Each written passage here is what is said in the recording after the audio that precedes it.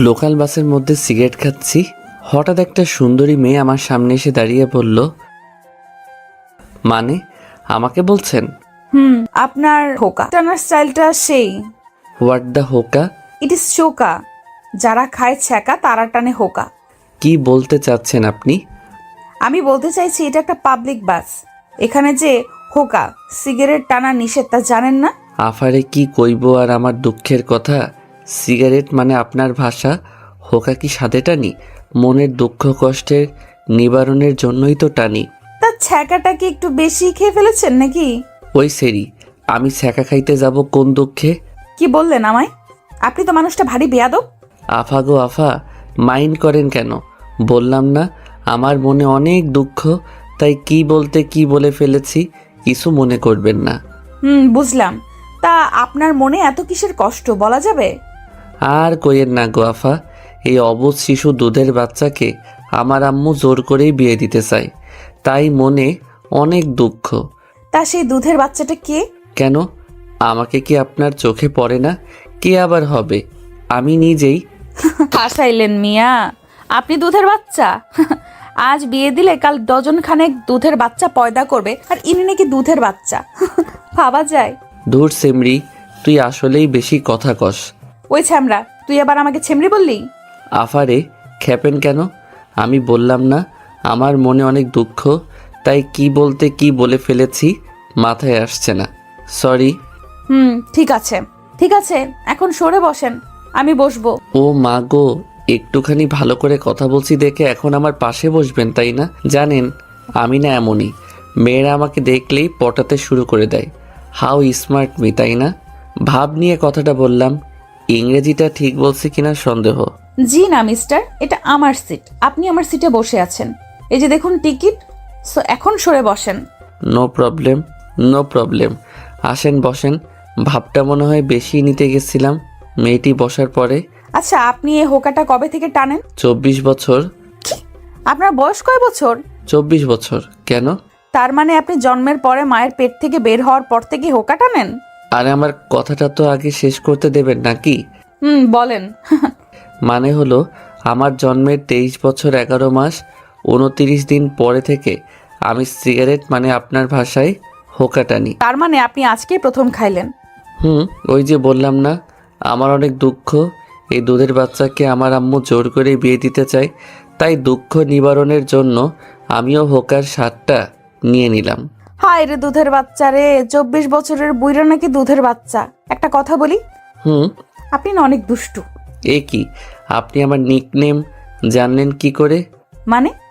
মানে হচ্ছে দুষ্টু আমার নিকনেম, সকলে আমাকে দুষ্টু বলেই ডাকে। মেয়েটার সাথে কথা বলতে বলতে আমার গন্তব্যস্থানে চলে আসলাম। প্রায় 2 ঘন্টা একসাথে বসে গল্প করলাম, আর মেয়েটির সাথে আমি দুষ্টুমি করলাম। শুধু যে আমি এই মেয়েটার সাথে দুষ্টুমি করলাম তা কিন্তু নয়, আসলে আমি সবার সাথেই একটু দুষ্টুমি করি। বাসটা থেমে গেল, তাহলে আপনি থাকেন, আমি যাই। কই যাবেন? আরে আমার গ্রামে পৌঁছে গেছি, বাড়িতে যাব না। ও তাইলে বাই। আমি বাসের দরজার সামনে এসে একটা কথা বলবো? জি বলেন। আপনি বলাতেই মেয়েটার চোখ মুখ হাস্যোজ্জ্বল হয়ে গেল, মনে করলো তাকে ভালো কোনো পদবি দেব, কিন্তু আমি কি? আপনি না খুবই একটা বাচাল টাইপের একটা মেয়ে, বলেই দিলাম দৌড়। মেয়েটা দেখলাম পিছনে থেকে বলছে, ওই আমি বাচাল না, তুই বাচাল, তোর বাপ বাচাল, তোর 14 গোষ্ঠী শুদ্ধ বাচাল, হারামজাদা। কে শোনে কার কথা? আমি দৌড়ে বাড়িতে চলে আসলাম, কিন্তু একটা জিনিসের জন্য খুব আফসোস হচ্ছে। এত সুন্দর একটা মেয়ের সাথে এতটা পথ বাড়ি দিয়ে আসলাম, আর মেয়েটার নাম ঠিকানা কিছুই জানা হলো না। বাড়িতে এসেই, কিরে বাবা, আয়শা পড়ছিস? Good boy. শোন, কালকেই কিন্তু তোর জন্য মেয়ে দেখতে যাব। আম্মু আমি সবে আসলাম, কোথায় খাইতে দেবে তা না করে আমার বিয়ে নিয়ে পড়লে কেন? খাইতে দেবো মানে? আগে রুমে গিয়ে ফ্রেশ হয়ে আয়, তারপর খাবি। না, আগে খাবো তারপর রুমে যাব। আমার অনেক দুঃখ, তাই দুঃখের কারণে ক্ষুধা লেগে গেছে। কি কস তুই? আমি আগে জানতাম দুঃখের কারণে মানুষ খাওয়া দাওয়া ছেড়ে দেয়, আর তোর ক্ষুধা লাগছে?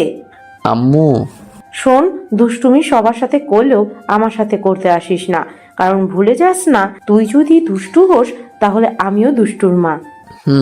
ক্ষুধা লাগছে। এখন খাইয়ে দাও। আম্মু, আমার বিয়েতে মামা থাকবে না তাই কি কখনো হয়? আচ্ছা আম্মু, মামা কোথায় যেন থাকে? ওই কানাডা। কি মামা কানা? কি বলো, আগে তো জানতাম না যে মামা কানা। হারামজাদা, তোর মামা কানা হতে যাবে কেন? তোর মামা থাকে কানাডাতে। ও তাই বলো। আমি ভাবলাম মামাকে মনে হয় সত্যি সত্যি কানা বলছো। তোরে বললে এক কথায় তুই বুঝিস আরেক কথা। ভালোভাবে কোনো জিনিসটা বুঝোস? বুঝি না। এখন খাইয়ে দাও তো। তারপর আম্মু আমাকে খাইয়ে দিল।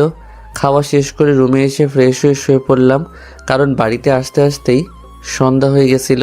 সকালবেলা আর সব গল্পের মতন আমারও শরীরে পানি অনুভব করলাম। ভাবলাম এ কি, আমার ছাদটা আবার ফুটো হয়ে গেল নাকি? চোখ মেলে দেখি আম্মু হাতে বালতি নিয়ে দাঁড়িয়ে আছে। আম্মু, এই সকাল সকাল আমার ঘুম না ভাঙাইলে তোমার হচ্ছিল না, তাই না? ঘুম তো ভাঙতেই হবে। আজ তোর জন্য মেয়ে দেখতে যাব না? তাড়াতাড়ি উঠে রেডি হয়ে নে, আমরা বের হব। তুমি কি আমার বিয়ে দেবার জন্য পাগল হয়ে গেলে নাকি? এই ভোরবেলা কেউ পাত্রী দেখতে যায় নাকি? ভোর পারলি কোথায় তুই? ঘড়ির দিকে তাকিয়ে দেখ কত বাজে। 9:30 বেজে উঠলো, আর উনি বলছেন এখন নাকি ভোরবেলা। আরে তাই তো। ধুর, তাহলে একটু আগে ডেকে দিবে না? আপনি হলেন লাট সাহেব, এত সকালে কি আর আপনার ঘুম ভাঙে? হারামজাদা, সেই কখন থেকে ডাকছি, ওঠার কোনো নামই নাই। আর উনি বলছেন তাকে নাকি ডাকি নাই। তাড়াতাড়ি উঠে ফ্রেশ হয়ে নে। তুমি না আমার সাথে কেমনভাবে কথা বলো? একটু ভালোভাবে কথা বললে কি এমন হয়? তারপর উঠে ফ্রেশ হয়ে খাওয়া দাওয়া করে আম্মুর সাথে মেয়ে দেখতে চলে আসলাম। মেয়ের বাড়িতে বসে আছি, সামনে অনেক রকমের খাবার রাখা আছে। তার মধ্যে আমি একটা সিঙ্গারা হাতে নিয়ে খাইতে খাইতে মেয়ের মাকে বললাম, আন্টি, সিঙ্গারের ভিতরে যে পেঁয়াজগুলো দিয়েছেন ওগুলো গোল করে না কেটে যদি 3 কোণ করে কাটতেন তাহলে আরও সুস্বাদু লাগতো, আর অন্যরকম একটা টেস্ট চলে আসতো এর ভিতর। তারপর শরবত খেয়ে আন্টি শরবতটা কেমন যেন তেতো তেতো, মনে হয় অবাত্তি কাঁচা লেবু, তাই না? তবে এই শরবতের মধ্যে একটু গুড়ের সাথে চিনি বেশি করে মিশিয়ে দিলে ভালো হতো, খাইতে সেই লাগতো। আমি কথাটা বলে আম্মুর দিকে তাকালাম, দেখলাম আম্মু রাগী লোক নিয়ে আমার দিকে তাকিয়ে আছে। আর মেয়ের মা তো আমার কথা শুনে পুরাই আবুল হয়ে গেছে। পেঁয়াজ গোল করে কাটা আর 3 কোণ করে কাটাতেও সিঙ্গারার স্বাদ পাল্টে যায়, এ আবার কেমন কথা? মনে মনে মেয়ের মা, মানে আমার হবু শাশুড়ি মা, তুমি তো জানো না আমি কেমন ছেলে।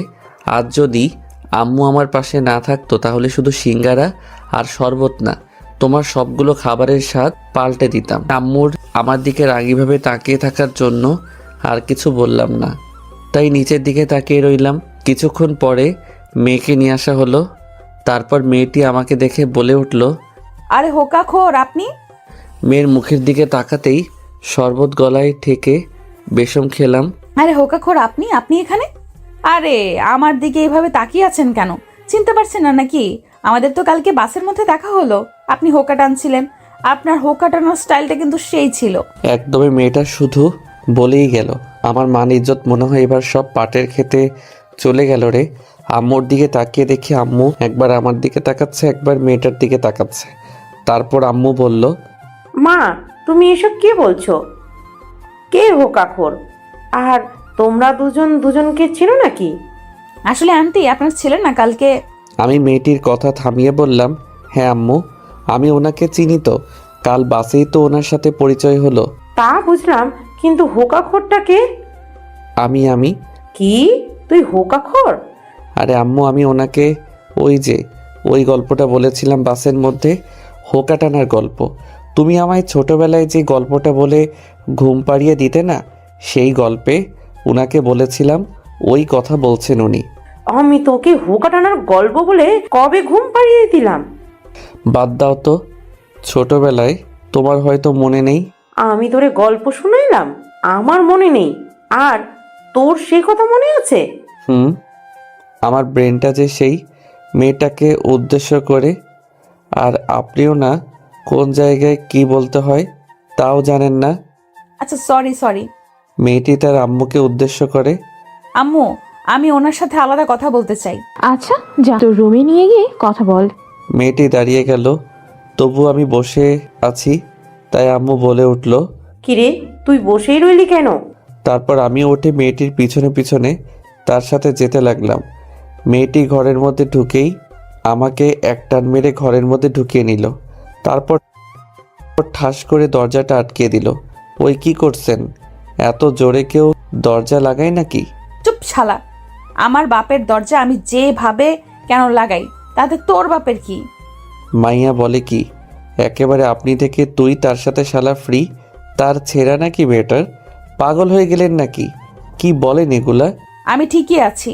শালার সাহস কত! আমাকে কাল কি বলছিলি, আমায় মনে আছে? কি বলছিলাম? আমি বাচাল, তুই বাচাল, তোর গোষ্ঠীর সবাই বাচাল। আর একটু আগে কি বললি? আমি জায়গা অনুযায়ী কথা বলতে পারি না, তাই না? তার জন্য সরি। ঠিক আছে, এইবারের মতো মাফ করে দিলাম। আর এখন থেকে আমার সাথে এইভাবেই কথা বলবি, মনে থাকে যেন। সেমরি, আমাকে তুমি এখনো চেনো না। তোর বাড়িতে আসছি, এই জন্য যা মন চাই তাই করছিস, তাই না? দিন আমারও আসবে। এই দিন না, আরও দিন আছে। এই দিন নিয়ে যাব সেই দিনের কাছে। এই তো গুড বয়। এখন বল, তুই বিয়ে করতে চাচ্ছিস না কেন? জিএফটিএফ আছে নাকি? আরে না, আমার মতো শিশু বাচ্চা ছেলে গপ কই বাপো। থাকলেও ভুলে যা, আমায় এখন বিয়ে করবি তো? না, আমি না বলাতে মেয়েটার টেবিলের ওপর থেকে একটা চাকু নিয়ে আমার গলায় ধরে। কি বললি কুত্তা, আরেকবার বল। আরে আরে, কি করছেন কি? গলায় লেগে যাবে তো। ছাড়ুন, প্লিজ ছাড়ুন। আমি এখনো বিয়ে করি নাই। লেগে গেলে আমার বউটা বিয়ের আগেই বিধবা হয়ে যাবে। আমিও বিয়ের আগে বিধবা হতে চাই না। এখন বল, আমাকে তুই বিয়ে করবি কিনা? আমার গলায় ছুরিটা আরও একটু চাপ দিয়ে বলল, করব। এবার ছাড়ুন প্লিজ। এই তো গুড বয়।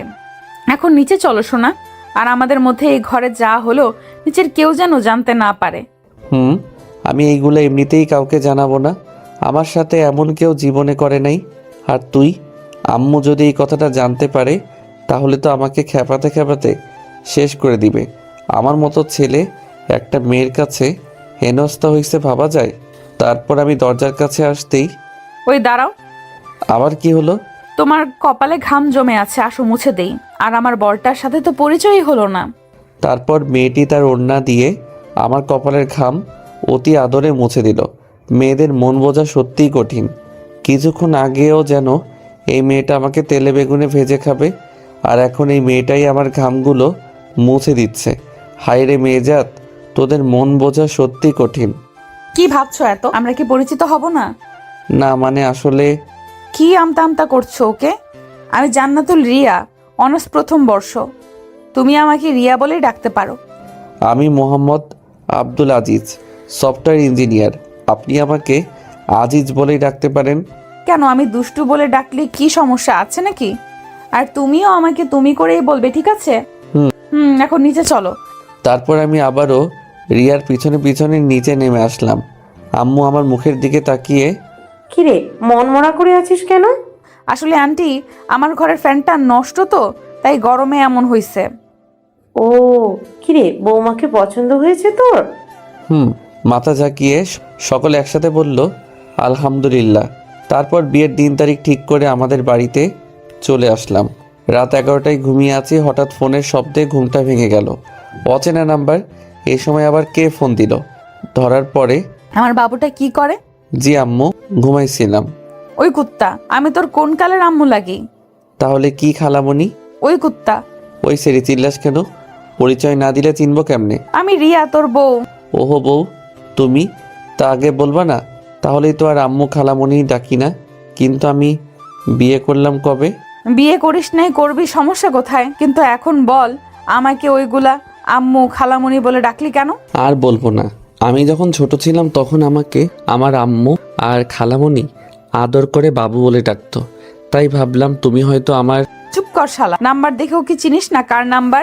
তোমার নাম্বার তো আমার কাছে ছিল না। শালা, নিজের বউয়ের নাম্বার রাখিস না তুই? কেমন বল? আমার বোঝা হয়ে গেছে। আল্লাহ গো, তুমি যে আমার কপালে কি লিখে রাখছো! সরি বউ।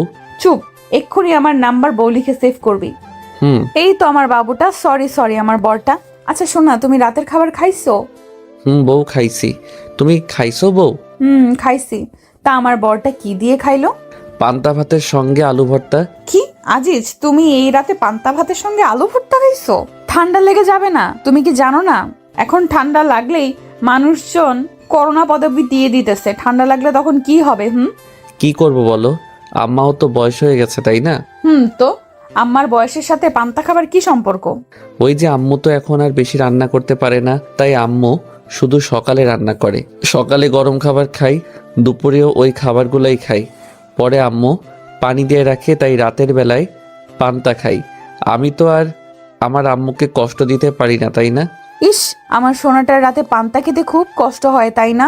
আর বেশি দিন তোমার কষ্ট করতে হবে না সোনা। আমাদের বিয়ে হয়ে গেলে তোমাকে প্রতিদিন প্রতি ওয়াক্তে গরম গরম খাবার খাওয়াবো, কেমন? সোনা, এখন ঘুমাই, আমার না প্রচুর পরিমাণে ঘুম পাচ্ছে। আচ্ছা সোনা, তুমি ঘুমাও, রাত জাগলে আবার ঠান্ডা লাগতে পারে তোমার। এমনিতেই তুমি পান্তা খাইছো। রাখি, বাই। এই শোনো না। আবার কি হলো? এই না বললে তোমার ঘুম পাচ্ছে? পাচ্ছে তো। তো আবার কি? একটা দাও না। কি দিব? ওই যে সবাই যা দেয়, যেটা ঘুমানোর আগে।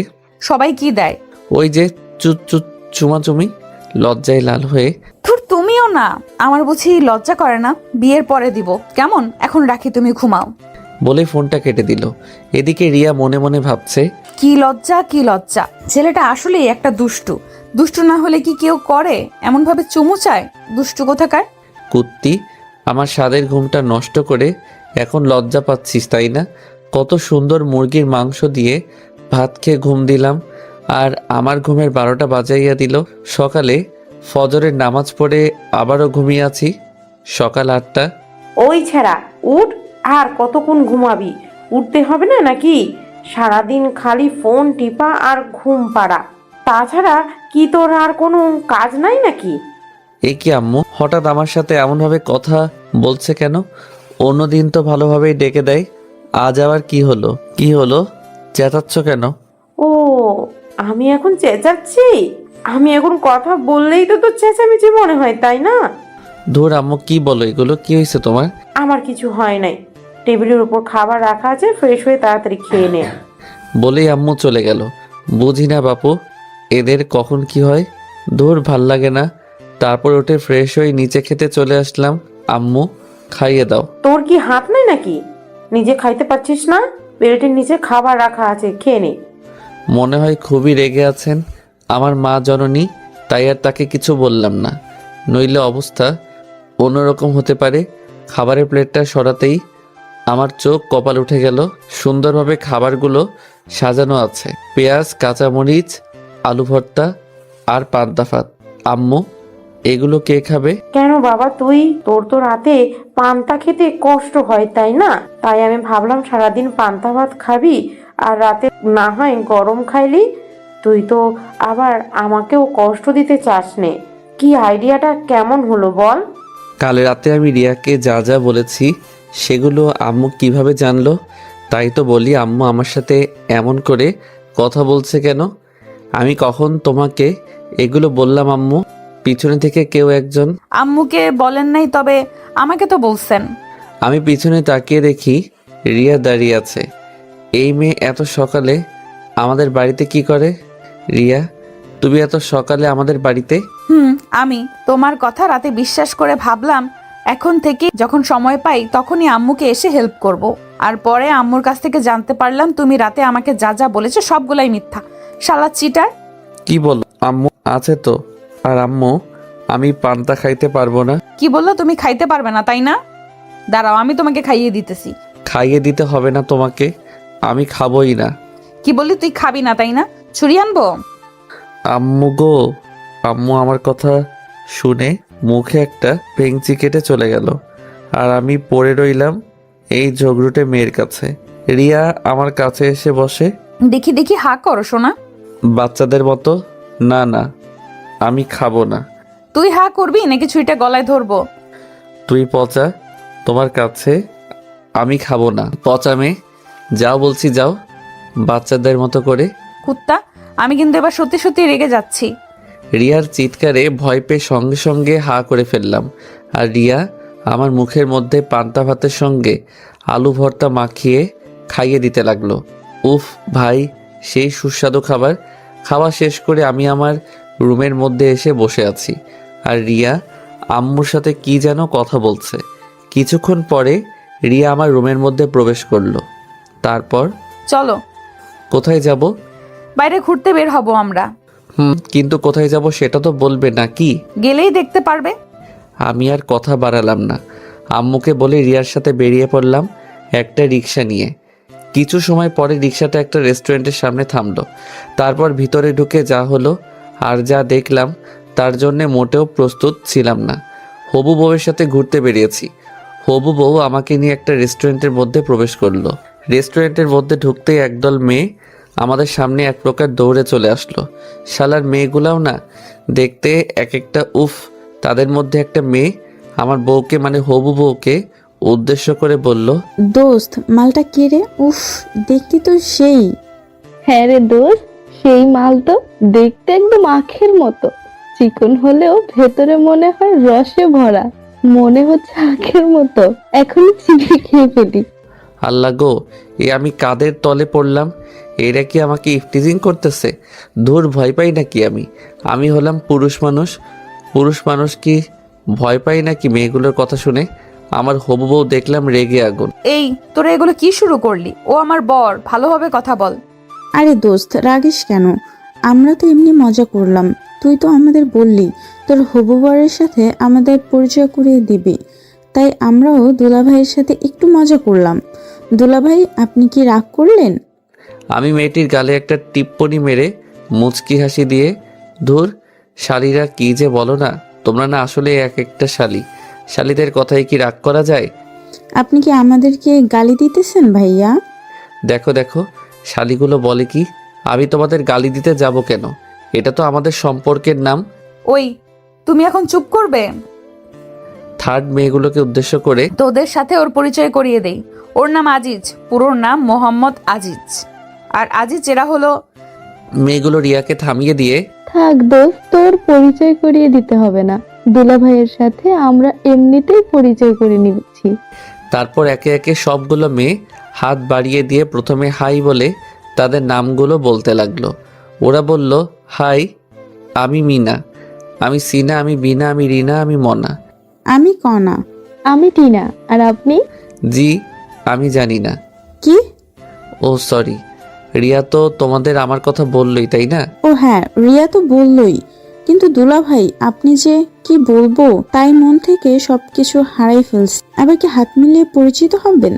আমি কিছু বলতে যাব তার আগেই, না থাক, তার কোনো দরকার নেই, তোরা থাক, আমরা এখন আসি। কি বলছিস দোস্ত? কিছু না খাইয়ে চলে যাবি? কত আশা করে আসলাম, আজ পেট পুড়ে খাবো। অন্য একদিন খাওয়াবো, এখন তোরা থাক। রিয়া মনে মনে বলে, খাচ্চুন্নির দল, আমার বরটাকে নিয়ে টানা হেঁচড়া শুরু করে দিয়েছিস আর আমি তোদের খাওয়াবো না? কোন দিন খাওয়াবি সেটা তো বলে যা। আমার বিয়ের দিন সবাই আসিস আর পেট পুড়ে খেয়ে যাস।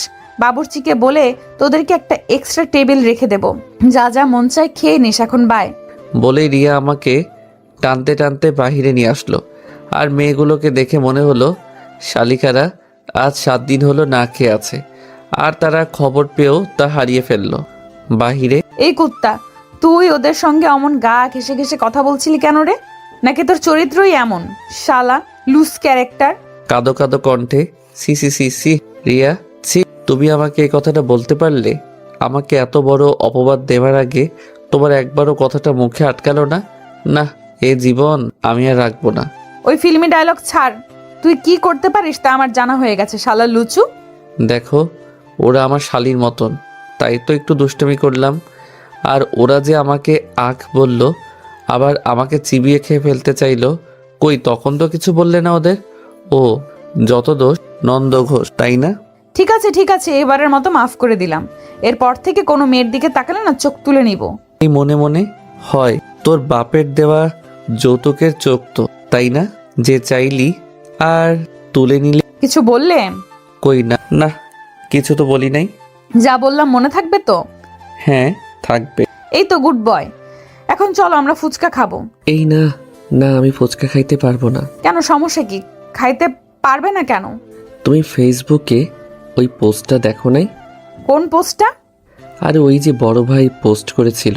মামা, আপনি কি টয়লেট করার পরে সাবান দিয়ে হাত ধৌত করেন? না মামা, তবে টয়লেটে যাওয়ার আগে ভালোভাবে হাত ধুয়ে নিই। সারাদিন মরিচের কাজ করতে হয় তো। ছি, কি বলো এগুলো? সত্যি। ফুচকা আমার সব থেকে প্রিয়। তাহলে তুমি খাও। তাহলে থাক, তুমি না খাইলে আমিও খাবো না, পরে একদিন খাবো। এখন তাহলে আমাকে বাড়িতে নামিয়ে দিয়ে আসো। আচ্ছা চলো, রিয়াদের বাড়ির সামনে তাহলে আমি এখন আসি, কেমন? আমাদের বাড়িতে আসো, পরে যাও। আম্মু, বাড়িতে একা আছে, যেতে হবে। আর তাছাড়া সারা জীবন তো পড়েই আছে তোমাদের বাড়ি যাওয়া আশা করার জন্য, তাই না? সত্যি সত্যি চলে যাব? তাহলে আমাদের বাড়িতে আসো। না, যাব না। তুমি বরং আমাকে একটা দিয়ে দাও, আমি চলে যাই। তুমি কি পাগল নাকি এই রাস্তার মধ্যে? আচ্ছা বাবা, আচ্ছা, লাগবে না তোমার বিয়ের পরেই দিব বাসর ঘরে গিয়ে। তুমি যাও, তারপর আমি যাব। পাগল একটা আমার। বলেই ভিতরে চলে গেল। আর তারপর আমিও আমাদের বাড়িতে চলে আসলাম। রাতে খাওয়া দাওয়া করে রুমে আসলাম। তারপর রিয়াকে ফোন দিলাম, কিন্তু এ কি, রিয়ার ফোনটা ব্যস্ত দেখাচ্ছে কেন? এত রাতে রিয়া কার সাথে কথা বলে? অনেকবার ফোন দিলাম কিন্তু ওই একই কথা, ব্যস্ত আর ব্যস্ত। তাই আমিও আর ফোন টোন দিলাম না, ঘুমিয়ে পড়লাম। রাত প্রায় 12টা ছুঁই ছুঁই। হঠাৎ কিসের যেন শব্দে ঘুমটা ভেঙে গেল। চারদিক যেন স্তব্ধ হয়ে গেল নিমিষেই। তবে কিসের শব্দে ঘুমটা ভেঙে গেল আমার? সামনের দিকে তাকাতেই হালকা ডিম লাইট আলোতে কিছু একটা চোখে পড়ল। এ মা, দুইজন মহিলা দাঁড়িয়ে আছে। আমার রুমে দুজন মহিলা কিভাবে থাকতে পারে? এ বাড়িতে তো শুধু আমি আর আম্মু ছাড়া আর কেউ থাকে না। তাহলে আমি যা ভাবছি তাহলে কি তাই? ভূত নাকি? ভয়ে কিছু বলতেও পারছি না। কিছুক্ষণ পরে দেখতে পেলাম ঘরটা লাল, নীল, বেগুনি আরও অনেক রঙে রাঙিয়ে উঠল। ও মা গো, তাহলে কি এটা ভূত পেতনিদের গায়ের রং? না, আমি মরতে চাই না এই ভূতদের হাতে। কিছু একটা আমাকে করতেই হবে, কিন্তু কি করব? পাইছি। তাই শরীরে যতটা সম্ভব শক্তি আনা যায় সব শক্তি এক জায়গায় করে দিলাম। এক চিৎকার, ও মা গো, ভূত ভূত ভূত, বাঁচাও মা গো, বাঁচাও, মেরে ফেললো আমায়, বাঁচাও, কেউ বাঁচাও। আমার চিৎকার শুনে ঘরটা এমনি এমনি আলোকময় হয়ে উঠল, মানে এর বাল্বটা জ্বলে উঠল।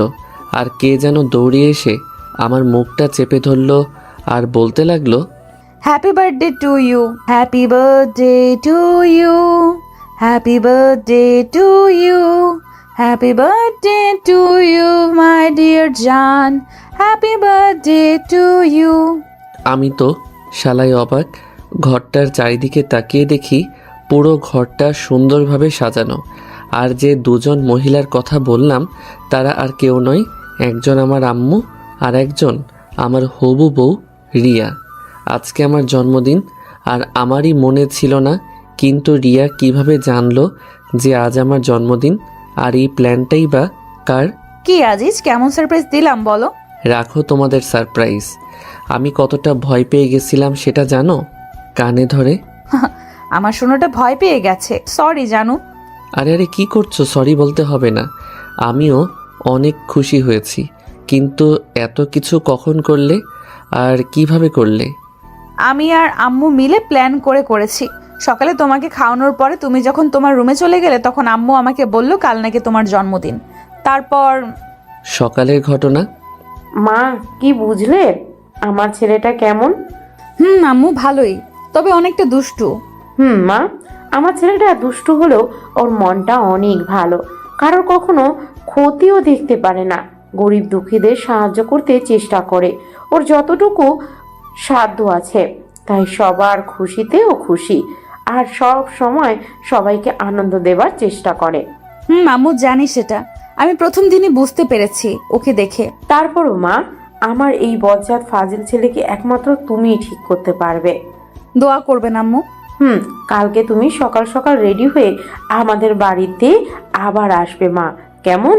অনেক কিছু রান্না করতে হবে। কেন আম্মু, কোনো অনুষ্ঠান নাকি? কিসের অনুষ্ঠান? সে কি, ফাজিলটা তোমাকে কিছু বলে নাই? না তো। কালকে তো ফাজিলটার জন্মদিন, আর তোমাকে বলবেই বা কেমনে? ওর জন্মদিন কবে ওর নিজেরই মনে থাকে না, তাই হয়তো বলে নাই। তাহলে একটা প্ল্যান করবেন আম্মু। কি প্ল্যান? তারপর আম্মুকে সব কিছু বুঝিয়ে বলি, তারপর কি কি কিনতে হবে সেগুলো বলি, তারপর তোমাকে আমি বাইরে বেড়াতে নিয়ে যাই, আর সেই ফাঁকে আম্মু সব কিছু গুছিয়ে রাখেন। আমাকে না জানিয়ে এত কিছু করে ফেললে? তোকে বলতে যাব কেন রে, আমার বৌমা থাকতে? ও, এখন আমার থেকে এই পেতনিটা তোমার আপন হয়ে গেল, তাই না? আম্মু দেখছেন, আপনার ছেলে আমাকে পেতনি বলছে। ওই ফাজিল, আমার মেয়েটাকে একদম পেতনি বলবি না। হুম। ওকে ওকে, আমরা আর আজকের এই দিনে ঝগড়া না করি। কেকটা তো কাটতে হবে নাকি? আয় তোরা। তারপর আমি, আম্মু আর রিয়া মিলে কেকটা কাটলাম। আম্মুকে প্রথমে আমি খাইয়ে দিলাম, তারপর রিয়াকে খাইয়ে দিলাম, তারপর তারা দুজন আমাকে খাইয়ে দিল। রিয়া তো প্রথমে খাইয়ে দেবার আগে আমার পুরো মুখ কেক দিয়ে মাখিয়ে দিল। মেয়েটা আমার মতোই দুষ্টু আর অনেকটাই মিশুক। আমি একটা জিনিস বুঝলাম না, মেয়েটা এত তাড়াতাড়ি কিভাবে আমাদের পরিবারের সঙ্গে নিজেকে মানিয়ে নিল। আমার সাথে এমন ব্যবহার করে যেন তার সাথে আমার 4-5 বছর প্রেম করার পরে বিয়েটা হচ্ছে। অনেক আনন্দ করলাম তিনজন মিলে। তারপর আম্মু আমি তাহলে এখন আসি, কেমন? রিয়ার কথা শুনে মনটা খুব খারাপ হয়ে গেল। তুমি কি পাগল হয়ে গেলে নাকি মা? এত রাতে বাড়িতে কিভাবে যাবে? কিন্তু কোনো কিন্তু নয়, তুমি আমার সাথে আসো। মা মেয়ে আজ দুজন একসাথে ঘুমাবো, আসো। মুচকি হাসি। ঠিক আছে আম্মু, চলুন। তারপর রিয়া আম্মুর সাথে আম্মুর রুমে চলে গেল, আর আমি পড়ে রইলাম আমার রুমে। আমিও শুয়ে পড়লাম, কিন্তু কিছুতেই ঘুম আসছে না। বিয়ের আগেই যদি বউ আমাদের বাড়িতে থাকে তাহলে কি ঘুম আসে বলুন? খুব করে ইচ্ছা করছে রিয়ার সাথে ছাদে বসে ওই খোলা আকাশটা দেখি আর গল্প করি। রিয়াকে কি SMS দিব যাতে ছাদে আসে? যেই ভাবা সেই কাজ, দিলাম SMS। বউ কি করো? সঙ্গে সঙ্গে রিপ্লাই। আমার বরটার কথা ভাবি, আমার বর এত দুষ্টু কেন? তাহলে কি দুষ্টুমি ছেড়ে দিব? না, কখনোই না। এইভাবেই সারা জীবন আমার সাথে দুষ্টুমি করে যাবে। কি পারবে না? খুব পারবো। ঘুমাবে না? ঘুম তো আসছে না, কি করব? তাহলে শুধু শুয়ে থাকো, ঘুমাতে হবে না। ছাদে আসবে, ওই খোলা আকাশ দেখি দুজন একসঙ্গে আর গল্প করতাম আমাদের ভবিষ্যৎ নিয়ে। আমারও তো যেতে মন চাচ্ছে, কিন্তু আম্মু। আম্মু ঘুমাই নাই? ঘুমাইছে তো। তাহলে আসো, আমি ছাদে বসে আছি। কিন্তু আরে কোনো কিন্তু নয়, আসো তো, আমি তোমার জন্য অপেক্ষা করছি। ঠিক আছে আসছি, দাঁড়াও তুমি। রাত 2:30 ছাদে বসে বসে রিয়ার জন্য অপেক্ষা করছি। মেয়েটাকে সেই কখন আসতে বললাম, কিন্তু তার আসার কোনো নামই নেই। এইদিকে তো এত রাত, তার উপর আবার ছাদ। একা একা ভয় লাগে না বলুন? না, কি করব, এখন ফোনটাও ঘরে ফেলে আসছি, নইলে ফোন করে জানা যেত আসতে এত দেরি হচ্ছে কেন। এতক্ষণের অবসান ঘটিয়ে কেউ একজন তার নরম কোমল মসৃণ হাত আমার কাঁধের উপর রাখলো। পিছনের দিকে না তাকিয়েই আমি বললাম, এতক্ষণে আসলে রিয়া? সেই কখন থেকে একা একা বসে আছি, আমার কি ভয় ডর বলতে কিছু নাই নাকি? পিছনে থেকে, আমি তোর মা, একা একা যদি ভয় লাগে তাহলে এত রাতে ছাদে বসে বসে কি করিস? পিছনের দিকে তাকিয়ে দেখি এই মা, এ তো সত্যিই আমার আম্মু। আম্মু এখানে কি করে? আর রিয়াই বা আসলো না কেন? ধুর, ভাল লাগে না। আম্মু তুমি এখানে এত রাতে কি করো? আমি। তুই কি করছিস এই আধার রাতে ছাদের উপর? ভালো লাগছিল না আর ঘুমও আসছিল না, তাই ছাদে এসে বসে আছি। ডাহা মিথ্যে কথা। কিন্তু তুমি এখানে আসলে কেন? রিয়া তো একা একা ভয় পাবে রুমের মধ্যে। রিয়া রুমে নেই, ওর আব্বু আর ভাইয়া নিয়ে গেছে রিয়াকে। রিয়ার আম্মু নাকি অনেক অসুস্থ। কি বলো? কখন নিয়ে গেলেন? 20 মিনিট হবে। রিয়ার আম্মু অসুস্থ, সেটা আমাকে একবারও জানানোর প্রয়োজন মনে করলো না, তার আগে চলে গেল রিয়া। তোকে অনেকবার ফোন দিয়েছিল মেয়েটা, কিন্তু তুই ধরলি না, তাই আমি রিয়াকে বললাম ও হয়তো ঘুমিয়ে গেছে। তুমি তাড়াতাড়ি তোমার মায়ের কাছে যাও, আমি সকালে আজিজকে নিয়ে তোমাদের ওখানে যাব। আর রিয়া যাবার কিছুক্ষণ পরে আবার আমাকে ফোন দিয়ে জানালো তুই নাকি ছাদে একা একা বসে আছিস, তাই আমি তোকে নিতে এলাম। ও শালার শাশুড়ি অসুস্থ হবার আর টাইম পেল না। যেই ভাবলাম তার মেয়ের সাথে একটু সুখ দুঃখের আলাপ করব, অমনি তার অসুস্থ হতে হবে। এখনই এমন জানি না বিয়ের পরে যখন বাচ্চা কাচ্চা নেবার প্ল্যান করব তখন কি হবে। এত কি ভাবিস, চল তাড়াতাড়ি ঘুমাবি, কাল আবার সকালে রিয়ার আম্মুকে দেখতে যেতে হবে। তবে আম্মু, আমার মাথাটা না অনেক ব্যথা করছে। আমি আজ তোমার রুমে শুব তোমার কোলেতে, আর তুমি আমার মাথায় হাত বুলিয়ে দিবে মুচকি এসে। আচ্ছা ঠিক আছে, এবার তো চল। তারপর আম্মুর সাথে আম্মুর রুমে চলে আসলাম। আমি আম্মুর কোলে মাথা রেখে শুয়ে আছি, আর আম্মু আমার মাথায় হাত বুলিয়ে দিচ্ছে। আম্মুর কোলে শুয়ে থাকতে থাকতে কখন যে ঘুমিয়ে গিয়েছি সেই খেয়ালই নেই। সকালে আম্মুর কোরআন তেলাওয়াত শুনে ঘুম ভাঙল। আমার আম্মু প্রতিদিন সকালে কোরআন তেলাওয়াত করেন। তারপর কি রে, বসে আছিস যে? যা রুমে গিয়ে উজু করে এসে আগে নামাজ আদায় করে নে। আম্মু। তারপর নিজের রুমে এসে নামাজ পড়ে নিলাম। তারপর আম্মু কিছু টুকিটাকি বাড়ির কাজ করে নিল, আর আমরা সকালের খাবার খেয়ে রিয়াদের বাড়ির দিকে রওনা হলাম। সকাল 9টা। রিয়াদের বাড়ির এই সামনে দাঁড়িয়ে আছি। কলিং বেল দিতেই দরজাটা খুলে গেল। সামনে রিয়া দাঁড়িয়ে আছে। মনে হয় আমাদের অপেক্ষাতেই এতক্ষণ দরজার সামনে দাঁড়িয়েছিল। আম্মু আসেন, ভেতরে আসেন। আমাকে ভিতরে আসতে বলবে না, শুধু আম্মুই ভিতরে যাবেন? তাহলে আমি কি আবার চলে যাব? তোমাকে কে চলে যেতে বললো? আমি কি একবারও বলেছি তুমি চলে যাও? তা বলনি, কিন্তু ভিতরেও তো একবারও আসতে বললেন আমাকে, শুধু আম্মুকেই বললে। দেখেছেন আম্মু, আপনার ছেলে কতটা হিংসুটে, আপনাকেও হিংসা করছে। তোরা আবারও শুরু করলি? তোদের দেখছি সাপ বেজির সম্পর্ক, দেখা হলেই ঝগড়া করিস। আমি ভাবছি সারা জীবন তোরা একসাথে থাকবি কি করে। আম্মু, এটাকে বলে ভালোবাসা। ও তুমি বুঝবে না, তাই না রিয়া? আমার কথা শুনে মনে হলো মেয়েটা লজ্জা পেয়েছে। মরে যাই মরে যাই, কি লজ্জা কি লজ্জা। তুই আর ভালো হইলি না। রিয়া মা, চল তো, তোর আম্মুর রুমে নিয়ে চল আমাকে। আম্মু আসেন, আর আপনিও আসেন। চলেন। তারপর রিয়ার আম্মু আব্বুর রুমে চলে আসলাম, আর দেখলাম একটা সেরি মানে আমার শাশুমা চিত হয়ে শুয়ে আছেন। আসসালামু আলাইকুম আপা, এখন কেমন আছেন? রিয়ার আম্মু আমাদের দিকে তাকিয়ে, ওয়ালাইকুম আসসালাম আপা, এখন ভালো। পুরো কথা বলতে না দিয়ে আমি দৌড়ে শাশুমার কাছে গিয়ে, আম্মা, আম্মা গো, আপনার কি হয়েছে আম্মা?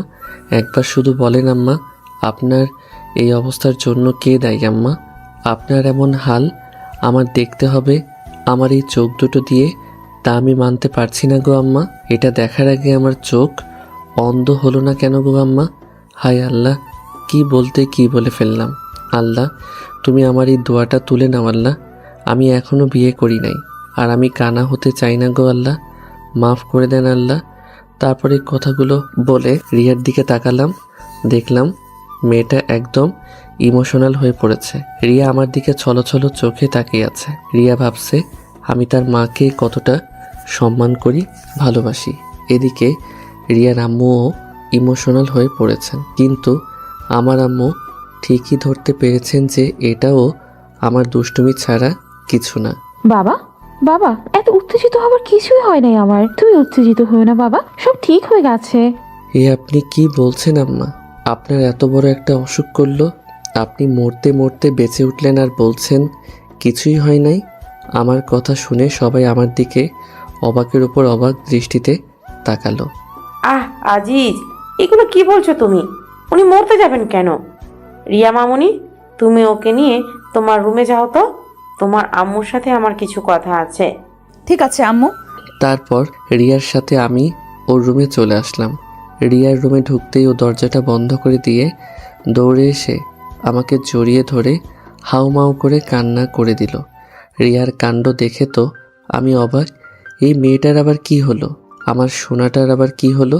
কাঁদছো কেন এভাবে জানো? আজিজ, তুমি আমাদের পরিবারকে নিয়ে এতটা ভাবো, তুমি সত্যি অনেক ভালো আজিজ। আই লাভ ইউ সোনা, I love you so much. বাহ, এইটুকুতে এত কিছু? সামান্য একটু কান্না করার জন্য এত সম্মান পেলাম, ভাবতেই কেমন নিজেকে গর্বিত মনে হচ্ছে নিজের উপর। আই লাভ ইউ টু জানু। এবার তো আমাকে ছাড়ো, জামাটা তো ভিজে গেল। না, ছাড়বো না। এখন তোমার ওই গোলাপি রঙের ঠোঁট দুটো আমার দখলে নিয়ে নিব। বলেই রিয়া ওর মিষ্টি ঠোঁট দুটো আমার ঠোঁটের সাথে মিলিয়ে দিল। কতক্ষণ যে এভাবে ছিলাম তার কোনো ঠিক নেই। তারপর রিয়ার ওই গোলাপি রঙের ঠোঁটের সাথে আমার ঠোঁট দুটো আটকে আছে। শুধু যে আটকে আছে তা বললে ভুল হবে, কারণ দুজনের রেসপন্স যেন বেড়েই চলেছে। দুজনের একজনেরও ছাড়ার কোনো নামই নেই। তার সাথে রিয়ার ঠোঁটের সাথে আমার ঠোঁট বাড়ি খাওয়ার কারণে এক অন্যরকম শব্দের সৃষ্টি হচ্ছে। এই শব্দটার কারণে একজন আরেকজনের উপর যেন আরও মাতাল হয়ে পড়েছি। আমাদের অনুভূতি প্লাস আকর্ষণ যেন ক্রমশ বৃদ্ধি পাচ্ছে। রিয়ার ঠোঁটটা যেন আমাকে আরও তার কাছে টানছে। সাথে রিয়াও ছাড়বার পাত্রী নয়। রিয়াও যেন আমাকে আষ্টে পৃষ্ঠে জড়িয়ে ধরে তার রেসপন্স বাড়িয়ে তুলছে। দুজনেই ভেসে বেড়াচ্ছি এক অন্যরকম জগতে। আমাদের মাতাল করা এই মুহূর্তটার ছেদ ঘটিয়ে কে যেন দরজায় কড়া নাড়তে লাগলো। হ্যাঁ, এটার কেউ নয়, আমার আম্মু। আজিজ, আমাদের এবার যেতে হবে। তুই তাড়াতাড়ি আয়, আমি রিয়ার আমার ঘরে তোর জন্য অপেক্ষা করছি। আম্মুর ডাকে যেন দুজনের হুঁশ ফিরল। তারপর আমরা একজন আরেকজনকে এক ঝটকায় ছেড়ে দিয়ে ছিটকে দুজন ঘরের দুদিকে চলে গেলাম। রিয়া সোজা তার বিছানার উপর গিয়ে বালিশের মধ্যে মুখ লুকিয়ে ফেলল, আর আমি দরজার সামনে গিয়ে আবার কি যেন মনে হলো তাই, আম্মু তুমি একটু অপেক্ষা করো, আমি আসছি বলে আবার বিছানার কাছে রিয়ার সামনে এসে দাঁড়ালেন। তারপরে একটা হাত রিয়ার কাঁধের উপর রেখে রিয়ার কাঁধে হাত রাখতেই ও যেন কেঁপে উঠল, আর আমি ওর নাম ধরে ডাকতেই ও লাফ দিয়ে উঠে আমাকে আষ্টে পৃষ্ঠে জড়িয়ে ধরে আমার বুকের মধ্যে মুখ লুকিয়ে ফেলল। বুঝতে আর বাকি রইল না যে মেয়েটা প্রচুর পরিমাণে লজ্জা পেয়েছে। আমি রিয়ার মাথার উপর আমার হাত রেখে ওর ঘন কালো চুলগুলোর মধ্যে আমার আঙুলগুলো বলাতে বলাতে বললাম, রিয়া, এই রিয়া, কি হলো? মেয়েটা যেন কিছুই বলছে না, একদম নিশ্চুপ। হয়তো আগের ওই কাজটা করার জন্য অনেকটা লজ্জা পেয়েছে। আমি আবারও বললাম, আমার বউটা বুঝি লজ্জা পেয়েছে? এইবার শুধু মাথাটা ঝাঁকিয়ে বলল, অনেকটা। বাহ, আমার চোখরুটে বউটা দেখি লজ্জাও পায়। তা আরেকবার হবে নাকি বউ? তোমার ঠোঁট দুটো কিন্তু সেই পরিমাণের মিষ্টি। যা দুষ্টু, সারাদিন শুধু দুষ্টুমি না, আমার বুঝি লজ্জা করে না? এত লজ্জা কোথা থেকে পাও শুনি? আর লজ্জা পেতে হবে না, যা হবার তা তো হয়ে গেছে। দেখি এবার আমার মুখের দিকে একবার তাকাও, আমার বউটাকে এক নজর দেখে তো যাই। এইবার রিয়া আমার মুখের দিকে মায়া ভরা দৃষ্টিতে তাকালো, সাথে তার চাহনিতে ভয়ের আভাটাও স্পষ্ট দেখতে পেলাম। রিয়া মায়া ভরা দৃষ্টিতে আমার দিকে তাকিয়ে বলল, যেতে হবে মানে? কই যাবে? বাড়িতে যেতে হবে না, আম্মু তো ডেকে গেলেন আমাকে। এক্ষুনি চলে যাবে? হ্যাঁ সোনা, আম্মু তো তাই বললেন। তাছাড়া বাড়িতে আম্মু অনেক কাজ রেখে আসছেন, সেগুলো গিয়ে করতে হবে তো। ঠিক আছে, তাহলে যাও। রাগ করলে নাকি বউ?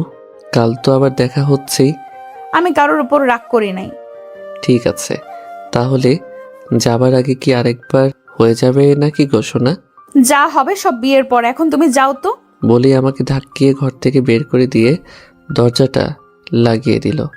আমি বেচারা নিরুপায় হয়ে রিয়ার আম্মুর রুমে চলে আসলাম। তারপর আম্মুকে ডেকে, আম্মু চলো এখন। আমার কথা শুনে দুজনেই আমার দিকে তাকালো। আমাকে দেখেই তাদের মুখটা যেন অন্য রকম হয়ে গেল। আমার দিকে তাকিয়ে রিয়ার আম্মুও আমার আম্মু একজন আরেকজনের মুখের দিকে তাকালেন। কি হলো, বাড়িতে যাবে না নাকি? ও হ্যাঁ, চল। তারপর রিয়ার আম্মুর থেকে বিদায় নিয়ে নিলাম। রুম থেকে বের হবার আগে দেখলাম দুজনেই মিটমিট করে হাসছে। বিআইন সাহেব, বিয়ের তারিখটা মনে হয় তাড়াতাড়ি ঠিক করতে হবে। রিয়ার আম্মু আর কিছু বলল না, শুধু হাসলো দেখলাম। পুরো রাস্তায় আম্মুর মুখে কেমন যেন হাসি হাসি ভাব দেখলাম। আম্মু, বল। তোমার কি হয়েছে বলো তো? এইভাবে হাসছো কেন? কই হাসছি? আমার কিছু তো হয় নাই। আমি দেখতে পাচ্ছি তুমি এখনো হাসছো, আর বলছো হাসছো না। এমনি কিছু না। ধুর, ভাল লাগে না। আমিও আর কিছু জিজ্ঞেস করলাম না। বাড়িতে এসে আমি সোজা আমার রুমের মধ্যে প্রবেশ করলাম। শরীরটা কেমন যেন ক্লান্ত ক্লান্ত লাগছে, তাই আগে ফ্রেশ হওয়ার জন্য বাথরুমের মধ্যে গেলাম। বাথরুমের মধ্যে প্রবেশ করে আয়নাতে চোখ পড়তেই আমার চোখ যেন কপালে উঠে গেল। বিশ্বাস করেন ভাই, আয়নাতে যা দেখলাম তা দেখার জন্য আমি মোটেও প্রস্তুত ছিলাম না। কারণ আমার ঠোঁট দুটো একদম লাল হয়ে আছে। তার মানে হলো রিয়ার ঠোঁটে লিপস্টিক আমার ঠোঁটে গেলে আছে। এই জন্যে আম্মু ওইভাবে হাসছিল। এইবার নিজের উপর নিজেরই কেমন যেন লাগছে। লজ্জায় নাকি ভয়ে, কি লজ্জা কি লজ্জা। এইটা শুধু আম্মু না, রিয়ার আম্মু দেখেছে। এখন সেমিটার উপর খুব রাগ হচ্ছে। সেরি বের হওয়ার আগে তাহলে একবার বলবি না যে আমার ঠোঁটে লিপস্টিকের দাগ রয়েছে? আর কিছু না ভেবে ফ্রেশ হয়ে রুমে চলে আসলাম। দরজাটা আটকিয়ে শুয়ে আছি আর ভাবছি আম্মুর সামনে এখন কিভাবে যাব। এর আগে তো কখনো এমন পরিস্থিতিতে পড়ি নাই। আর ঠিক তখনই জীবনে অনেক রকমের দুষ্টুমি করেছি, কিন্তু লজ্জা কী জিনিস তা কখনোই বুঝতে পারিনি বা বুঝে ওঠা হয়নি। কিন্তু আর আজ কী থেকে কি হয়ে গেল, তার জন্য এখন লজ্জায় বাইরে বের হতেই মন চাচ্ছে না। তাই দরজা জানালা সব বন্ধ করে যেই শুতে যাব অমনি ফোনটা বেজে উঠল। ফোনের স্ক্রিনের দিকে তাকিয়ে দেখি রিয়ার নাম্বারটা জলজল করে ভাসছে। এই সেমরিটা এখন আবার ফোন দিল কেন? ইচ্ছে না থাকা সত্ত্বেও ফোনটা রিসিভ করলাম। সোনা, তোমার জন্য সুখবর আছে। সুখবর? সোনা, সুখবর। সুখবর? তার মানে তুমি কি মা হতে চলেছ? দিলে তো মুডটা বিগড়ে। মা হওয়া ছাড়া কি আর কোনো সুখবর হয় না নাকি? সব সময় তোমার মনের মধ্যে এগুলোই চলে নাকি? ধুর, কি যে বলো না তুমি। আমার মাথাটা ঠিক নেই, তাই উল্টো পাল্টা বলে ফেলেছি। কেন, কি হয়েছে আবার তোমার? আগে তুমি বলো কি সুখবর দিবা। গেস করো। ওই সেরি ভঙ্গিমা না করে তুই কি বলবি, কি হয়েছে? কি বললা তুমি? আমি তোমার সাথে ভঙ্গিমা করছি? রিয়া, রিয়া শোনা কাঁদে না। আচ্ছা বাবা, আমি সরি। এবার তো বলো কি বলবে। লজ্জা জড়িত কণ্ঠে। ইস, আমার লজ্জা করে, আমি বলতে পারবো না। তুই মাফ কর মা, কি হয়েছে বললে বল, না বললে নাই। আমি ফোনটা রাখলাম। মনে মনে শালার এমনিতে আসি এক চিন্তায়, আর এইদিকে এর ন্যাকামি ভালো লাগে বলুন। এই ফোনটা রাখবে না প্লিজ, আমি বলছি কি হয়েছে। হ্যাঁ বলো, কি খবর দিবা। লজ্জা জড়িত কণ্ঠে। সত্যি বলতে হবে? সে তো মহা মুশকিলে পড়লাম। তুই কি বলবি, কি হয়েছে বল। বলবো? এইবার সত্যি সত্যি কেঁদে দিলাম। ও মোর খোদাই, কোন পাগলের তালে ফেললে আমারে। রিয়া শোনা, তোর কিছু বলতে হবে না রে। গাধি, তুই এইবার আমাকে মাফ কর আফু। বলছি, তুমি মা হবে আর আমি বাবা হব। একদমই কথাটা বলল রিয়া। আমি মা হব আর রিয়া বাবা হবে? এ কেমন কথা? এইবার দুঃখে আমার হাসি পাচ্ছে। কথাটা শুনে কিছুক্ষণের জন্য স্তব্ধ হয়ে গেলাম। আমি মা হব কিভাবে? আর যদি মা হইও তাহলে নর্মালে তো জীবনেও কিছু হওয়ার সম্ভাবনা নাই, সিজার ছাড়া। আর সিজার করতে গেলে তো ভাবতেই গা শিংড়ে উঠছে। রিয়া গো, ও রিয়া শোনা, তুমি এগুলো কি বলছো? আমি মা হব মানে? ও সরি, খুব এক্সাইটেড মুডে ছিলাম তো, তাই উল্টো করে বলে ফেলেছি। আসলে আমি বলতে চাইছি আমি মা হব আর তুমি বাবা। উফ, এইবার যেন প্রাণটা এলো। এখন নিজেকে পুরুষ মানুষ লাগছে, কিন্তু তারপরও খটকা একটা রয়েই গেল। আমাদের তো এখনো বিয়েই হয় নাই, আর তার সাথে আমাদের এখনো ফিজিক্যালি কোনো কিছু হয় নাই। তাহলে আমি বাবা কেমনে হব? তুমি এগুলো কি বলছো রিয়া? আমি বাবা কেমনে হব? আমাদের তো এখনো বিয়েই হলো না। এখন না হলে কি হবে? 2 বছর পরে তো হবে নাকি? তুমি এগুলো কি বলছো? আমি কিন্তু কিছুই বুঝতে পারতেছি না। তুমি কি বলতে চাও সহজ করে বলবে প্লিজ? আসলে কিছুক্ষণ আগে আমার শাশুড়ি মা আমার মাকে ফোন করেছিল। তাতে কি হয়েছে? আম্মু বলল সামনের সপ্তাহের 33 তারিখে নাকি আমাদের বিয়ে, তারপর বাসরাত, আর তারপরে তুমি বাবা আর আমি মা। ও এই কথা? তাই এই কথাটা সরাসরি বললেই তো পারতে। এত ঘুরাইতে হবে কেন? তোমরা মেয়েরা এমন কেন বলো তো? সোজাসুজি একটা কথাও কি তোমরা বলতে পারো না? সব কথাই ঘুরিয়ে পেঁচিয়ে বলতে হবে তোমাদের? না, পারি না। এতে তোমার কোনো সমস্যা? না, সমস্যা থাকবে কেন? এই দাঁড়াও, তুমি কি যেন বললে আমাদের বিয়ে 33 তারিখে? কেমনে এটা সম্ভব? 33 হতে যাবে কেন? আমি তো বললাম 23 তারিখে। তুমি কি শুনেছো? তুমিই তো বললা তোমার মাথাটা নাকি ঠিক নাই। হবে হয়তো। এইবার বলো তো তোমার কি হয়েছে? শুনবে? তাহলে শোনো। সারাদিনের ঘটে যাওয়া কথাগুলো রিয়াকে বললাম। আমার কথা শুনে মেয়েটার তো যাই অবস্থা। কি বলছো তুমি? সব দোষ তোমার, ওই ঠোঁট দুটোর, যত সব। চুপ করো, উনি মনে হয় ধোয়া তুলসী পাতা। আর এই জন্য তো বলি এত তাড়াতাড়ি আমাদের বিয়ের তারিখ ঠিক করলো কেন? এখন আমি কি করব? এক বিষয় কিন্তু ভালোই হলো, তাই না গো? রাখ তোর ভালো। আমার ইজ্জতের ফালুদা বানিয়ে এখন বলছিস ভালো হইলো? কিছু বলতে যাব অমনি আম্মুর ডাক পড়ল। আজিজ, এই আজিজ, টেবিলে খাবার দিয়েছি, খেয়ে যা। আসছি আম্মু।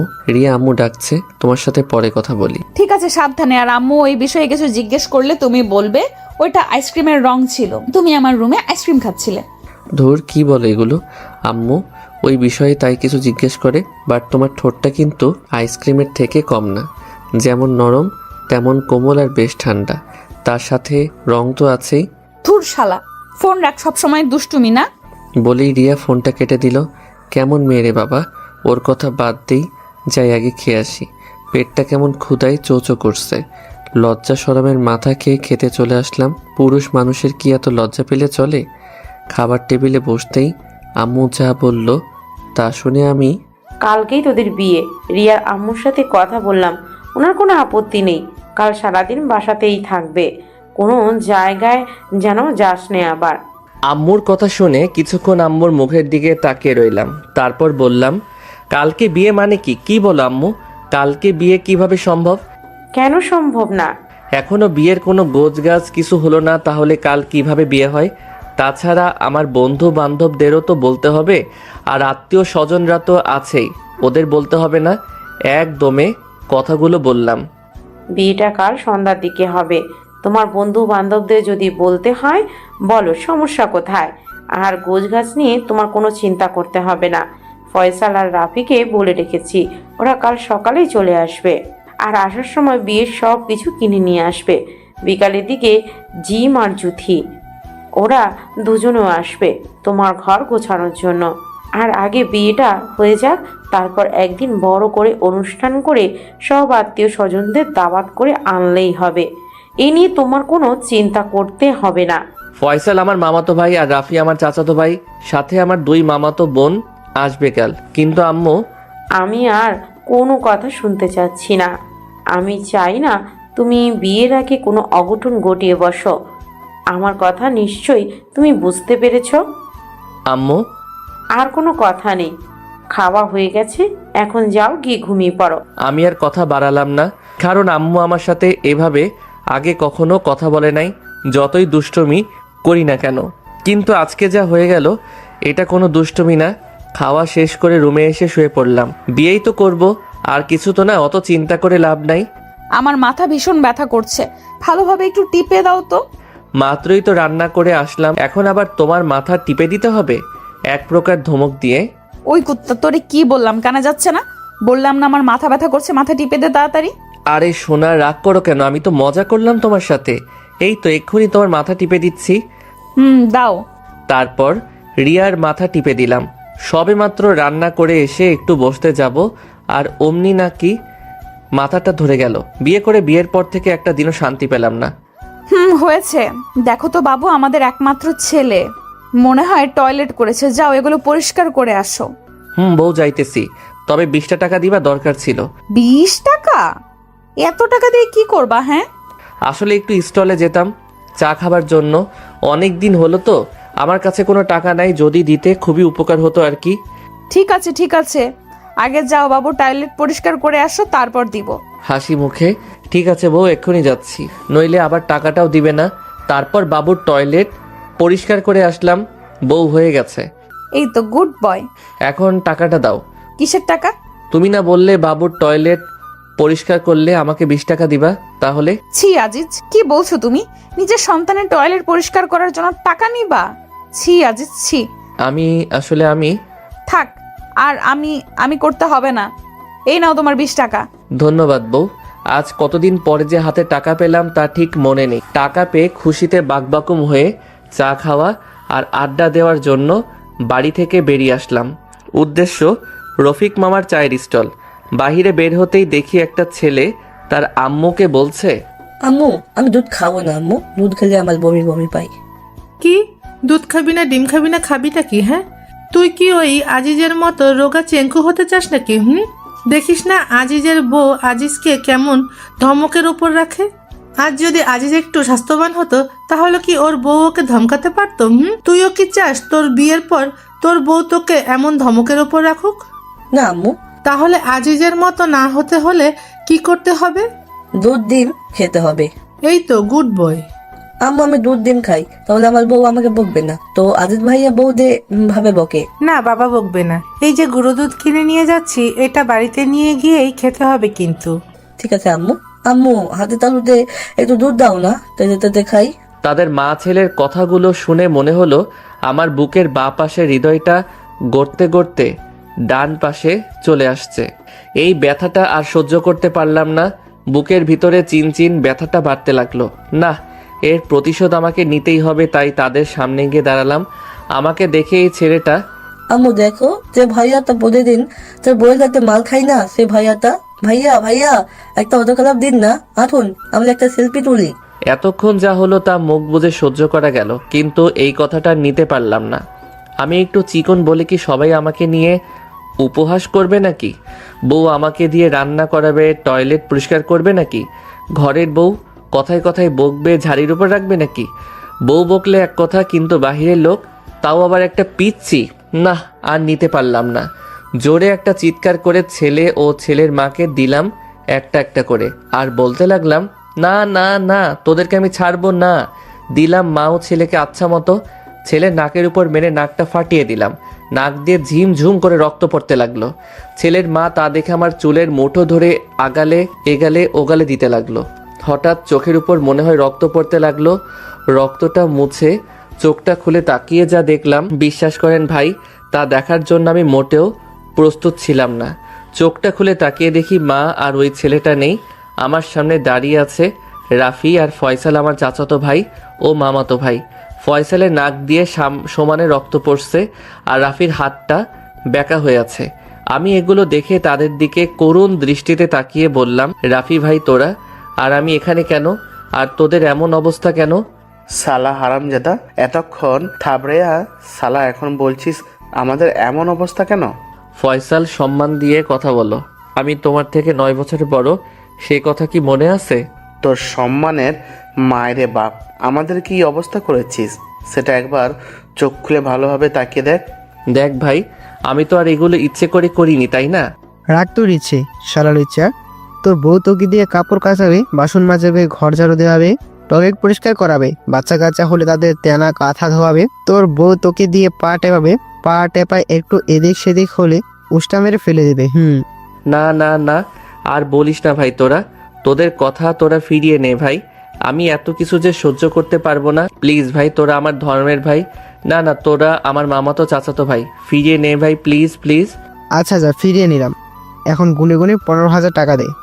কি? তোদের বদদোয়ার দাম 15,000 টাকা? ভাই, তোরা একটা বদদোয়ার দোকান খুললেই তো পারিস, এতদিনে কোটিপতি হয়ে যেতি। বড্ড টাকা হতে যাবে কেন?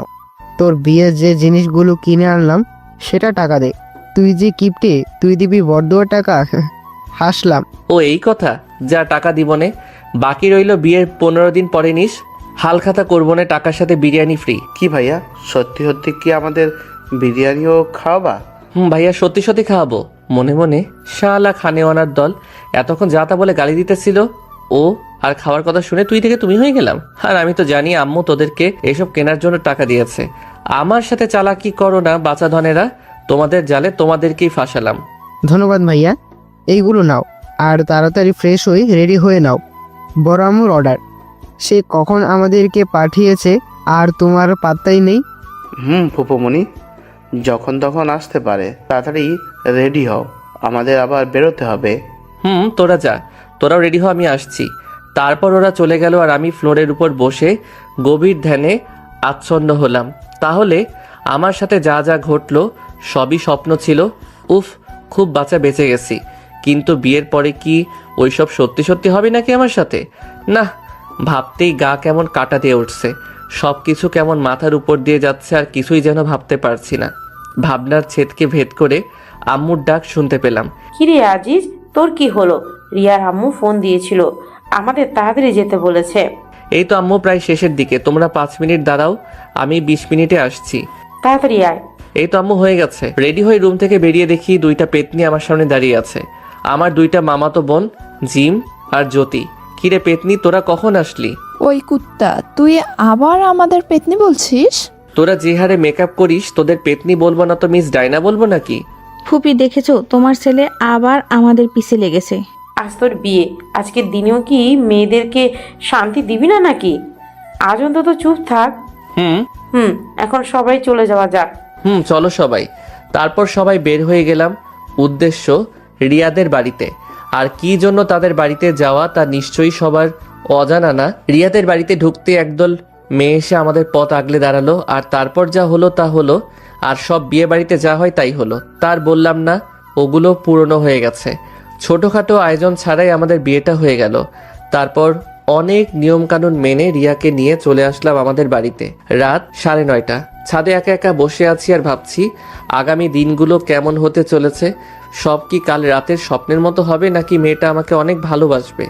না, কাল রাতের কথা মনে পড়লেই আবেগে চোখ দিয়ে আদা ছটাক নোনা পানি বেরিয়ে পড়ল। মাথার উপর যেন স্পষ্ট আকাশ দেখতে পাচ্ছি। ওহ, আকাশ তো সবসময় মাথার উপরেই থাকে। কিছুক্ষণ পরে কারো ডাকে হুঁশ ফিরল। কিরে ভাইয়া, একা একা এখানে কি করলি শুন? তোর জন্য বিড়ালটা সেই কখন থেকে বসে আছে। ফাইজলামো করিস আমার সাথে? বিড়াল আমার জন্য বসে থাকবে কেন? আরে গাধারাম, এ বিড়াল সে বিড়াল না, এই বিড়াল হলো। থাক, আপনাকে আর পাটনামো করতে হবে না, আমি বুঝে গেছি আপনি কি বলতে চাচ্ছেন। তাহলে যাও, বিড়ালটা মারো আর রাজ্যটা জয় করো। ভাইরে, আমারও তো মন চাচ্ছে যে বিড়ালটা মারি, কিন্তু বিড়াল মারার পরে যে আমি শেষ হয়ে যাবো রে ভাই। ভাইয়া তুমি দুর্বল নাকি? জোর নাই ওইখানে? বললাম কি আর ও বুঝলো কি? এমনি কি বলে আজকালকার পোলাপান হওয়ার পরে থেকে এক একটা পিস হয়। আমি ভাবছি পা টেপা বাসন মাজা, টয়লেট পরিষ্কার করার কথা, আর ও খাড়ায় কতদূর চলে গেছে। আগে যখন আমরাও ওগুলোর বিজ্ঞাপন দেখতাম তখন ভাবতাম বেলুনের বিজ্ঞাপন, আর এখনকার পোলাপান প্যান্থারের নাম শুনলে চিতাবাঘ মনে করে না, অন্য কিছু মনে করে। হাই রে যুগ, এদের সকলকে এক একটা নোবেল দেওয়া উচিত। আমি ওর দিকে রাগীভাবে তাকাতেই ও দৌড়ে চলে গেল। বাসর ঘরে বসে আছে রিয়া। আমি ধীরে ধীরে এগোতে লাগলাম বাসর ঘরের দিকে। বিড়ালটা মারলে আমার খেলা শেষ, সব রাজত্ব চলে যাবে রিয়ার কাছে। যেই আমি কোনো কিছুতেই ভয় পেতাম না, সেই আমি যেন ভয়ে ভয়ে 1 পা 2 পা করে এগুচ্ছি বাসর ঘরের দিকে। বারবার শুধু রাতের স্বপ্নটার কথা মনে হচ্ছে। স্বপ্নটা কি সত্যি হতে চলেছে? না না, ভয় পেলে চলবে না। পুরুষ মানুষের আবার কিসের ভয়? হাঁটতে হাঁটতে আমার দরজার কাছে চলে আসলাম। যেই দরজাটা ধাক্কা দিতে যাব অমনি বুকটা ধুকধুক করে উঠল। ধুর, পুরুষ মানুষ এত ভয় পেলে চলে নাকি? বুকে 3 কেজি সাহস জুগিয়ে এক ধাক্কায় দরজাটা খুলে ফেললাম। ভিতরে ঢুকে তো আমি অবাক। রিয়া মাথায় 1 হাত ঘোমটা টেনে নিচের দিকে তাকিয়ে বসে আছে। আমি যে রুমের মধ্যে প্রবেশ করেছি সেটা রিয়া ঠিক বুঝতে পেরেছে। ভয়ে ভয়ে খাটের কাছে গিয়ে দাঁড়ালাম। রিয়ার সামনে গিয়ে যে দাঁড়াতেই মেয়েটি আমাকে অবাক করে দিয়ে বসা থেকে উঠে এসে আমার পা দুটো ছুঁয়ে সালাম করে জিজ্ঞেস করলো, আসসালামু আলাইকুম, কেমন আছেন আপনি? ওয়ালাইকুম আসসালাম, আলহামদুলিল্লাহ ভালো। তুমি কেমন আছো? জি আলহামদুলিল্লাহ, আমিও ভালো আছি। আপনার কি অজু আছে? জি আছে। তোমার? জি আমারও আছে। তাহলে চলুন 2 রাকাত নামাজ আদায় করে নিই দুজনে। তারপর দুজন একসাথে নামাজ আদায় করে নিলাম। নামাজ শেষ করে রিয়া গিয়ে আবারও ঘুমটা টেনে খাটের উপর গিয়ে বসলো। আর এদিকে আমি ভাবছি এখন কি হতে চলেছে। রিয়াও কেমন যেন আমাকে আপনি আপনি বলে ডাকছে। যে মেয়েটা আমাকে তুই করে ডাকতো সে এখন আপনি বলে ডাকছে।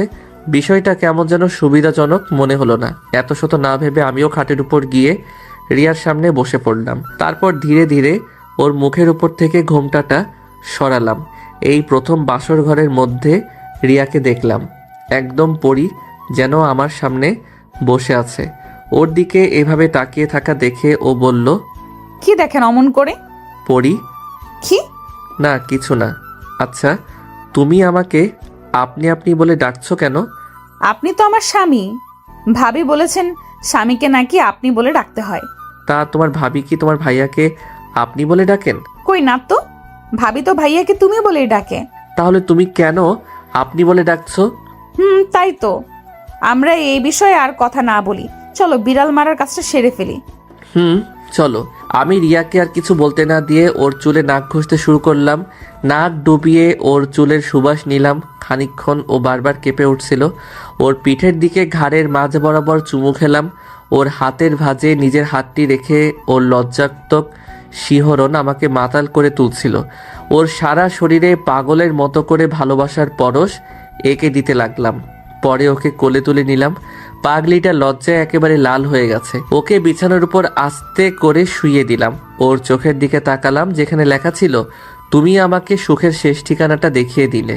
আমিও আস্তে করে ওর কানের কাছে মুখ নিয়ে বললাম, আমি তোমায় নিয়ে একটা সুখের সাগর পাড়ি দিতে যাচ্ছি, যাবে আমার সাথে? ও শুধু আমার দিকে তাকিয়ে একটু মুচকি হাসলো। পরে ওর হাতের ভাঁজের মাঝে আমার হাতটা আটকে রেখে বিছানায় চেপে ধরলাম। কপালে ভালোবাসার একটা পরশ এঁকে দিলাম। ও শুধু মুখটা উপরে তুলে কিস করতে চাইছিল। পরে ওর গলায় একটা চুমু খেয়ে দুজনে চলে গেলাম স্বামী আর স্ত্রীর সবচেয়ে ঘনিষ্ঠ সম্পর্কের মাঝে। সেই সুখের রাজ্যে যাওয়ার সময় কখন যে রিয়ার হাতটা ছেড়ে দিছি আমার খেয়াল নেই। ও তার 2 হাত দিয়ে আষ্টে পৃষ্ঠে জড়িয়ে ধরে কিস করছিল আর চোখ দিয়ে রিয়ার পানি পড়ছিল। আমি জানি যে এটা যেমন ওর কষ্টের তেমন আনন্দেরও। আমার পিঠের কয়েকটা জায়গায় ওর বড় নখগুলো দিয়ে আছড়ে দিয়েছিল তখন। তাতে কি ওর ভালোবাসার কাছে সামান্য নখের আঁচড় কিছু না। পরে আমি ওর উপর শুয়ে আছি, দুজনের কারো গায়ে কাপড় নেই, একটা বিছানা চাদরটাই আমাদের আবরণী ছিল। এক অজানা সুখের সাগর থেকে যেন দুজন ঘুরে আসলাম। 5 বছর পর আমাদের একটা ফুটফুটে মেয়ে হয়েছে। ওর নাম রেখেছি আলিয়া। মেয়েটা খুব ঝোঁকডুটে, একদম ওর আম্মুর মতো, দুষ্টু বটে, ঠিক আমার মতো। যেমন দুষ্টুমি করে ঠিক তেমনই ঝগড়া করে, তবে আমার সাথে অতটা ঝগড়া করে না, রিয়ার সাথে বেশি সময় ঝগড়া করে। মা মেয়ের ঝগড়া দেখিয়া সেই লেভেলের হাসি, একদম প্রাণ খুলে হাসি। আম্মু আম্মু কি বললো? দেখছিস না কি করছি? রান্না করছি, দেখতে পাচ্ছিস না? আম্মু তুমি আমারে বকো কেন? তুমি তো পতা। আমি তো পচাই। এই বাড়িতে তো শুধু তুই আর তোর আব্বু ভালো, তাই না? আপু আপু তো ভালোই, আপু আমাকে ততলে টিনে দেয়। মামনি, তোমার আম্মু অনেক পচা, তাই না? হি আম্মু পতা, আম্মু পতা। আমি পচা না, ঠিক আছে? দেখা যাবে কে পচা আর কে ভালো। রাতে দুইজনের একজনকেও আমার কাছে শুতে দিব না, তখন যেন এই পচা আম্মু আর পচা বউটার কাছে না আসা হয়। এই দেখছো মামনি, তোমার আম্মুর কি রাগ দেখছো? একটু দুষ্টমিও করা যাবে না তোমার আম্মুর সাথে? করা তো যাবেই না। আব্বু আম্মু আমার একটা ভাই এনে দাও না, আমি ওলটাতে তেলবো। ঠিক আছে মামনি, এনে দিব। ওই রিয়া, চলো না আলিয়ার জন্য একটা ভাই নিয়ে আসি। আজ তোমার সবসময় শুধু দুষ্টুমি, তাই না? দুষ্টু ছেলে কোথাকার। বউ, এই দুষ্ট ছেলে দুষ্টমি আজ রাতে আবার তোমাকে দেখাবো, কেমন? আমিও দেখতে চাই তুমি কেমন দুষ্টু, জানো। অনুমতি যখন পেয়ে গেলাম তাহলে আর চিন্তা কিসের। আমিও রাতের অপেক্ষায় বসে আছি আমার মেয়ের ভাইকে আনার জন্য। আপনারা এখন আসতে পারেন, আমার লজ্জা করে।